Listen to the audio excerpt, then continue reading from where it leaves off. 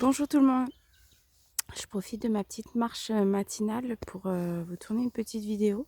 Alors je précise que je suis autour de chez moi. Ceux qui ne le savent pas, j'ai des chemins de randonnée autour de ma maison, donc j'en profite, j'en dispose. Qu'il est 8 heures du matin et qu'à cette heure-ci, il n'y a personne. Voilà, et que j'ai mon attestation sur moi.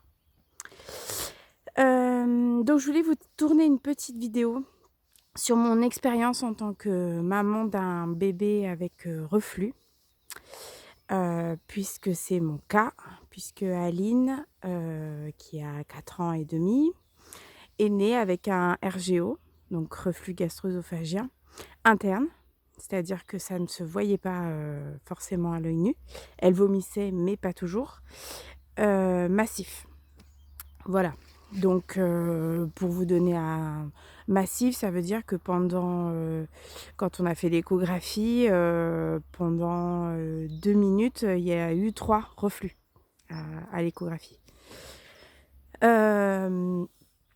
Voilà, je voulais vous parler de ce sujet parce que, comme vous le savez, donc je suis monitrice de portage depuis 4 ans. Je rencontre en moyenne une centaine de familles, par an.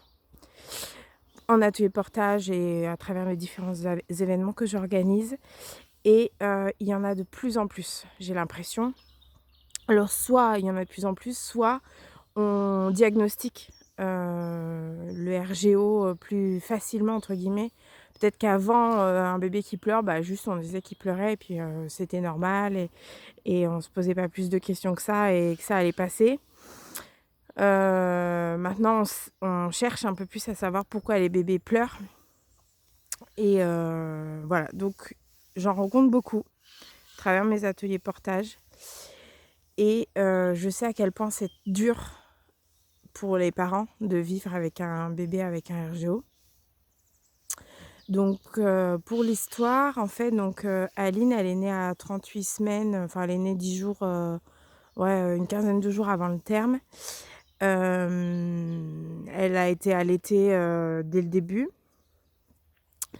et ça a toujours enfin, c'est un bébé qui pleurait à chaque fois qu'on la posait, en fait. Donc au début, tu te dis: «C'est normal, elle a besoin de contact et tout», donc tu la prends et puis, je me suis vite rendu compte au fur et à mesure que les jours et les semaines, s'écoulaient que, ça avait à voir avec la position qu'elle avait. C'est-à-dire que c'était à chaque fois que je la mettais en position horizontale qu'elle se mettait à pleurer et à hurler. Ou pendant les trajets en voiture, par exemple. Je me souviendrai toute ma vie du retour, de la maternité. Donc moi, j'ai accouché à Périgueux, j'habite, en Corrèze, près de Brive-la-Gaillarde, donc j'ai 3/4 d'heure de route, pour rentrer de la maternité et on a mis 2 heures. C'était juste horrible, elle pleurait tout le temps, tout le temps, tout le temps.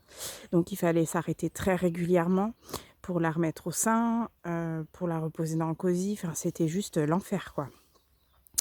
Donc déjà là, ça m'avait alertée parce que mon fils, j'avais pas connu ça. Donc voilà et donc j'ai vite compris que c'était dès que je la posais en fait, je la mettais en position horizontale qu'elle pleurait. C'est-à-dire que je pouvais l'endormir donc dans mes bras, elle s'endormait dans mes bras, et je me disais: «Bon, c'est bon, elle dort», je la pose et dès que je la posais, paf, elle se remettait à hurler. À côté de ça, l'allaitement s'est mis en place, naturellement. Alors on a eu les difficultés, du début bien sûr. Mais elle tétait souvent, j'avais un réflexe d'éjection fort. Elle tétait très, très souvent et plus les jours passaient, moins ça diminuait en fait et du coup, quand, avec mon ref, dès que je la mettais au sein, le ref déclenchait son réflexe vomitif. Elle revomissait tout, fallait que je la refasse téter, enfin c'était juste, infernal. Hem et elle prenait pas beaucoup de poids. Elle en prenait quand même, donc je me disais que, c'était normal, j'avais pas, un gros bébé, mon fils aîné est pas très gros non plus, donc voilà. Et j'avais un médecin qui passait son temps à me dire que si elle prenait pas assez de poids, c'est parce que je la nourrissais pas assez. Et moi, en tant que fervente, militante, de l'allaitement maternel, je lui tenais tête et elle quand même me suggérait de tirer mon lait pour lui donner au biberon, pour voir la quantité qu'elle prenait. Moi, je savais que ça n'avait pas de sens, donc je le faisais pas. Et puis, un jour, Aline avait elle avait 10 mois, un peu avant ses 10 mois. On va à la visite, chez le pédiatre. 9 mois et demi, on va à la visite de 9 mois, quoi. Et cassure de la courbe de poids. Donc une cassure de la courbe de poids, c'est pas une stagnation, c'est vraiment une perte de poids. Donc Aline avait perdu du poids. Elle n'avait pas perdu énormément, elle avait perdu peut-être 100 grammes. Mais ça a alerté le médecin qui nous a tout de suite envoyés en pédiatrie à l'hôpital. Je dis tout de suite, c'est-à-dire c'est tout de suite. C'est-à-dire qu'elle a décroché son téléphone, elle a appelé la pédiatrie, elle a dit qu'on arrivait, elle a raccroché, elle m'a dit maintenant vous prenez vos affaires, vous allez en maternité. Pour l'anecdote, c'était 3 jours avant mon départ pour Lille, pour la formation de monitrice de portage. Donc je suis rentrée chez moi chercher des affaires en pleurs. J'avais qu'une peur, c'est qu'on m'envoie les services sociaux parce que je ne laissais pas assez ma fille. Enfin voilà, j'avais trop peur. Donc j'ai récupéré des affaires, on est allé en pédiatrie. Et là, on a fait des examens. Donc la première piste de tout le monde, c'était encore et toujours mon allaitement. Voilà, c'était forcément que je la nourrissais mal.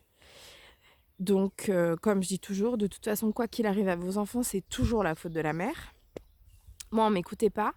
Je parlais de reflux, je parlais de possible allergie aux protéines de lait de vache, mais on ne me prenait pas au sérieux. Et on ne lui faisait pas d'écho. Donc, ils lui ont fait des prises de sang, enfin c'était juste horrible.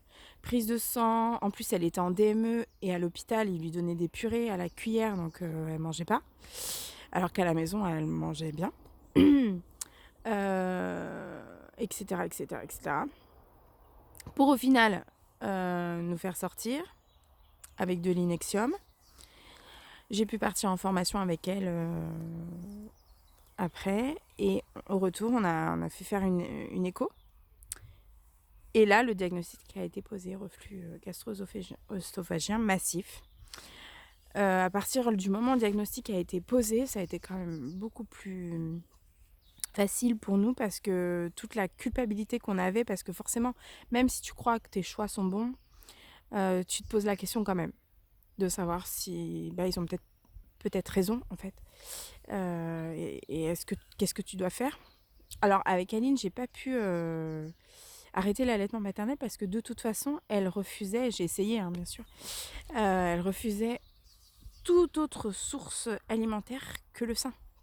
Même mon lait tiré dans un biberon, dans une cuillère, dans une pipette, tout ce que tu veux, jamais.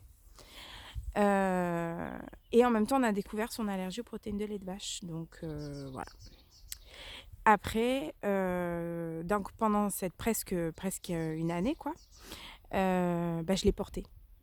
Je l'ai porté beaucoup, de façon très, très intensive, malgré toutes les réflexions sur tu la portes trop, elle n'arrivera jamais à te lâcher, gna gna gna gna gna. Moi, j'avais un bébé qui pleurait dès que je la posais, donc je la portais, quoi, parce qu'il n'était pas question de la laisser pleurer. C'est ce qui a fait la monitrice que je suis aujourd'hui, hein, parce que pendant 10 mois, il a fallu que je continue ma vie tout en la portant. Donc je l'ai portée au dos très très tôt. Elle avait elle avait 2 mois, je pense, pas loin. Donc je suis allée faire un atelier portage avec Diane Oliva pour apprendre à la porter au dos parce qu'en fait elle était tout le temps à mes bras, elle était tout le temps devant entre moi et le reste de ma famille. J'avais mon fils qui avait 3 ans à peine, qui avait encore besoin de moi bien sûr. Et puis psychologiquement c'était hyper dur quoi. Elle dormait pas, elle ne dormait qu'en portage donc forcément je ne dormais pas non plus. Et elle dormait très très peu, à peu près 4 heures sur 24 heures réparties tout au long de la journée. Les nuits ont été blanches pendant une année, avec de multiples réveils jusqu'à ses 20 mois, presque ses 2 ans. des endormissements très, très longs, enfin ça a été très, très, très, très compliqué et je peux clairement, dire aujourd'hui que c'est le portage qui nous a sauvés. Le portage physio, alors je me suis tournée vers le portage physio parce que j'avais déjà, des notions de respect de la physiologie du bébé, mais aussi parce que j'ai des problèmes de dos, à la base et qu'il me fallait absolument un outil qui soit aussi physiologique pour moi puisque je l'apportais, très, très, très, très, très souvent. Papa prenait bien le relais, quand il était là, mais il est aide-soignant en 12 heures, donc quand il était pas là, de toute la journée. Donc voilà. Tout ça pour dire que, faites-vous confiance, faites confiance à votre bébé parce que moi je le savais très tôt, hein, qu'il y avait un truc avec le reflux. Faites-vous confiance, faites confiance à votre bébé, ne lâchez pas l'affaire quand vous sentez qu'il y a quelque chose. Allez jusqu'au bout, de la démarche. Ne vous laissez pas polluer par les avis des uns et des autres. Aujourd'hui, c'est mon expérience à moi que je vous partage. Ça ne veut pas dire que tous les bébés qui pleurent à chaque fois qu'on les pose ont un reflux, mais c'est une piste, à creuser. Voilà. Cette vidéo est un peu longue parce qu'en fait, je fais pas de plan quand je fais une vidéo, j'improvise totalement. Je fais pas de montage et cetera. Donc bon courage et merci à celles qui sont allées jusqu'au bout. J'espère que ça pourra vous aider à accompagner au mieux ces bébés, alors c'est dur pour nous, mais il faut pas oublier que c'est dur pour eux aussi, que c'est des bébés qui souffrent. Quand ils pleurent, c'est parce qu'ils ont mal et que notre rôle de parent, bah, c'est de les soulager au mieux. Essayer de trouver du relais aussi parce que je sais à quel point ça peut être psychologiquement très, très, très compliqué la privation de sommeil et le portage, intensif comme ça, c'est très compliqué donc essayez de trouver du relais. Et si jamais vous sentez que vous êtes au point de rupture, bah, vaut mieux laisser pleurer son bébé, quelques minutes pour aller souffler dans un coin plutôt que de faire un geste, irréparable. Écoutez-vous, prenez soin de vous. Moi, il m'aura fallu bien, 3 ans pour sortir la tête, de l'eau totalement.